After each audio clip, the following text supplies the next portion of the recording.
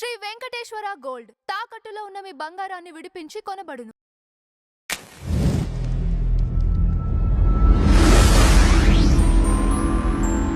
గురుగారు నమస్కారం. శ్రీమాత్రే నమః. పరాభవ నామ సంవత్సరంలో ధనస్సు రాశి వారికి వారి ఫలితాలు ఎలా ఉండబోతుంది? ఎప్పుడైనా సరే ఏ సంవత్సరం అయినా సరే మనం చూసుకునేది ఏంటంటే అందరికీ ఉన్న అలవాటు ఏంటంటే పంచాంగం తీసి ఏ రాశి వారికి ఆ రాశి వారికి సపరేట్గా ఆదాయము వ్యయము రాజ్యభుజ అవమానాలు ఉంటాయి. వాటినే చూసుకుంటారు. అవి బాగుంటే ఆనందిస్తారు, బాగోపోతే అమ్మో అని జాగ్రత్త పడతారు. అసలు ఇచ్చేది ఎందుకు అంటే ఒక ప్లానింగ్ కోసం ఇస్తారు. అంటే ఈ సంవత్సరం నీకు ఆదాయం ఎలా ఉంది, సో నువ్వు ఖర్చు పెట్టుకోవచ్చు హ్యాపీగా, లేదు తక్కువగా ఉంది ప్లానెడ్గా వెళ్ళాలి అంటే హడావిడిగా ఇప్పుడు ఖర్చు పెట్టేసరి రేపు లేదని బాధపడేది ఎందుకు అనేటువంటిది. అయితే ఇక్కడ నేను అనేది ఏంటంటే అవి ఎలా ఉన్నా మీరు దాన్ని కొన్ని రెమెడీస్ చేసుకొని మార్చుకోవచ్చు. మీ పర్సనల్ చార్ట్లో కనుక ధనయోగం బాగుంది, మీరు దాని నుంచి పట్టించుకోకర్లేదు. ఎందుకంటే ఒక 50 సంవత్సరాలు 60 సంవత్సరాల పంచాంగాలు మీరు కనుక తెప్పించి ఆ సంవత్సరం ఆదాయ వ్యయాలు ఎలా ఉన్నాయని మీరు క్యాలిక్యులేషన్ కనుక చేస్తే మీకు ఆ రోజు ఆ సంవత్సరానికి మీకు తేడా కూడా ఉంటుంది. ఎందుకంటే మీకు అప్పుడు మీ ధనయోగం బాగా నడుస్తుంటుంది, ధనాధిపతి మహాదశ నడుస్తుంటుంది. అయితే ఇప్పుడు ఈ విషయాలు చెప్తుంది నేనైనప్పటికీ చెప్పిస్తుంది సాక్షాత్ లలిత అమ్మవారిగా భావిస్తూ ఆ లలితాంబిక అమ్మవారి యొక్క అనుగ్రహం పరిపూర్ణంగా కలగాలన్న స్ఫూర్తి కోరుకుంటూ ఇక్కడ ఏంటంటే ఆదాయము వ్యయము ఈ యొక్క ధనస్సు రాశి వారికి కనుక చూసుకున్నట్లయితే పర్టికులర్గా ఇక్కడ 14/11 ఉంది కాబట్టి మంచిదే. సో 14 ఉంది ఆదాయము, వ్యయం 11 ఉంది కాబట్టి పర్లేదు. అంతగా ఒకవేళ మీరు వ్యయం ఇంకా తగ్గించుకోవాలి అనుకుంటే సుబ్రహ్మణ్య స్వామి ఆరాధన చేసుకోవచ్చు. రాజపూజ అవమానాలు మాత్రం 5, 6గా ఉంది. అంటే మెచ్చుకునే వాళ్ళ సంఖ్య 5 అయితే అవమానించే వాళ్ళ సంఖ్య 6 ఉంది కాబట్టి ఈ 6ని తగ్గించుకోవాలి అంటే దుర్గా స్తోత్రాన్ని చేయడం, లేకపోతే చండి ఓం చండికాయే నమః అనే మంత్రం చేసుకుంటే కూడా మీకు అవమానించే వాళ్ళ సంఖ్య పూర్తిగా తగ్గిపోతుంది. ఇక వీళ్ళకి ఫైనాన్స్ అనేటువంటి విషయం కనుక చూసుకుంటే కొంచెం ఈ రైతులకి రియల్ ఎస్టేట్ రంగాల వారు కొంచెం జాగ్రత్తగా ఫైనాన్స్ విషయంలో కొంచెం జాగ్రత్తగా ఉండాలి. ఇంకోటి సామాన్య మానవుడు కూడా ఏంటంటే ఏదైనా మనీ ఇప్పుడు అర్ధాష్టమ శని కూడా నడుస్తుంది, 4వ స్థానంలో శని ఉన్నాడు కాబట్టి ఏదైనా ఒక మనీ విషయంలో ఏదైనా ఒక ప్రాపర్టీకి ఇస్తున్నాము ఎర్లీ ఇది అంటారు చేశారు, ఇంకా పిల్లర్స్ వేసే టైంలోనే డబ్బులు కట్టేస్తారు కొంతమంది, 3,000 4,000కే వస్తుంది ప్రాపర్టీ అని. దాని తర్వాత అది 6,000 7,000 8,000 పెరుగుతుంది లేదు, దట్ ఈస్ డిఫరెంట్ థింగ్. కాకపోతే ఆ టైంలో తీసుకునేవారు కొంచెం ఇది సరైన ప్రాపర్టీయా కాదా అని చూసుకొని తీసుకోవాలి. సహజంగా వీళ్ళ ఇంట్లో ఏదైనా ప్రారంభించేటప్పుడు గృహం ప్రారంభించేటప్పుడు కూడా కొంచెం స్లోగా పనులు అవుతూ ఉంటాయి, ఇది ఒకటి చూసుకోవాలి. అయితే కొంత ధైర్యంగా కొన్ని నిర్ణయాలు తీసుకుంటారు. అండ్ నవంబర్ నుంచి ఆన్లైన్ త్రూగా లేదా సాఫ్ట్వేర్ రిలేటెడ్ సంబంధంగా ఫైనాన్షియల్ గ్రోత్ బాగుంటుంది. వీళ్ళు ఎక్కువగా లక్ష్మీ నరసింహస్వామి ఆరాధన ఎక్కువగా చేసుకుంటూ ఉండాలి. వివాహ నిర్ణయాలు ఇవన్నీ జూన్ వరకు తొందరగా అనుకూలంగా ఉన్నాయి. ఒకవేళ జూన్ తర్వాత మళ్ళీ అంటే అక్టోబర్ నుంచి ఉంటుంది అనుకూలం వీళ్ళకి. అక్టోబర్ నవంబర్ నుంచి మళ్ళీ అనుకూలత ఏర్పడుతుంది. ఇది వివాహము పార్ట్నర్షిప్స్ ఇట్లాంటి విషయాల్లో. కొంచెం పుణ్యక్షేత్ర దర్శనాలు కూడా చేస్తారు నవంబర్ వరకు. కొంచెం తండ్రి గారితో కానీ గురువులతో కానీ తెలియని ఎడబాటు చూపిస్తుంది వీరికి.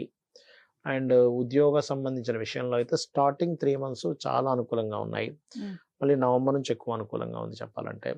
అండ్ వివాహ నిర్ణయాలు ఇందాక నేను చెప్పినట్టుగా జూన్ వరకు మంచి అనుకూలత ఏర్పడుతుంది. అండ్ ఇన్వెస్ట్మెంట్స్ ఏమైనా కొత్త ఇన్వెస్ట్మెంట్ చేయాలంటే జూన్ జూలై నుంచి బాగుంది వీరికి. అలాగే వీళ్ళ ఫాదర్ ప్రాపర్టీ రిలేటెడ్ సంబంధించిన విషయాలు ఏవైనా కొంత డిస్ప్యూట్స్ ఉన్నా జూన్ జూలై నుంచి వీళ్ళ కోర్టు కేసు వ్యవహారాలు ఇవన్నీ కూడా కొంత క్లియర్ అవ్వడం జరుగుతుంది. ఎంత వీరు అర్ధాష్టమ శని నడుస్తుంది కాబట్టి నువ్వులు దానంగా ఇవ్వడము, శని భగవానుడి దగ్గర దీపారాధన చేయడము, లక్ష్మీ నరసింహస్వామి ఆరాధన చేయడము, లక్ష్మీ నరసింహస్వామి ఆలయాలకు వెళ్ళడం చేస్తూ ఉంటే అంత బాగుంటుంది వీరికి. అలాగే సార్, కొంతమందికి వారి రాశి కానివ్వండి అవి తెలియదు, అలాంటి వారు ఎలా చూసుకోవాలంటారు? ఒకటేనండి, మీరు అన్నట్టుగా రాశి తెలియదు అని అనుకున్నారు, వాళ్ళు ఏ రాశి తెలియదు, అప్పుడు జనరల్గా చూస్తారు. అంటే ఈ సంవత్సరం ఈ రాశి తెలియని వారు ఏంటి అంటే నవంబర్ వరకు తీసుకోవాల్సిన నిర్ణయాలు జాగ్రత్త తీసుకోవడం. ఓకే. అండ్ ఇన్వెస్ట్మెంట్స్ విషయంలో అన్ని రాసుల వారు కొంచెం చూసుకొని చేయవలసిన సమయం ఇదంతా కూడా ఇన్వెస్ట్మెంట్స్ అనేటువంటివి. అట్లాగే మనకేంటంటే ఈసారి నవనాయకాస్ అంటారండి, నవనాయకులు ఎలా ఉన్నారు అనే దాని మీద ఉంటుంది. ఈ సంవత్సరం రాజు గురువు అయ్యాడు. గురువు యొక్క స్వరూపం పాడైంది కాబట్టి ఈ యుద్ధాల వల్ల అనుకుంటే మనం గతంలో ఆల్రెడీ 2-3 నెలల క్రితం ప్రిడిక్ట్ చేసాం, అదే మనకి ఇప్పుడు ప్రజెంట్ జరుగుతుంది కూడా యుద్ధాల విషయంలో. కొంచెం యుద్ధాల వల్ల జన నష్టం ఎక్కువగా చూపిస్తుంది. ఇందులో ఈ యుద్ధాల వల్ల ఎక్కువగా అమెరికన్ కంట్రీ కానివ్వండి, సౌదీ కంట్రీస్ కానివ్వండి, ఇవి ఎక్కువగా ఎఫెక్ట్ అవుతాయి మన ఇండియా కంటే కూడా. ఇండియా కొంత పార్టిసిపేట్ చేస్తుంది కొంతమందికి సపోర్ట్ చేయడం కోసం, అంతేగాని ఇండియా మీద ఎఫెక్ట్ ఎక్కువే ఉండదు.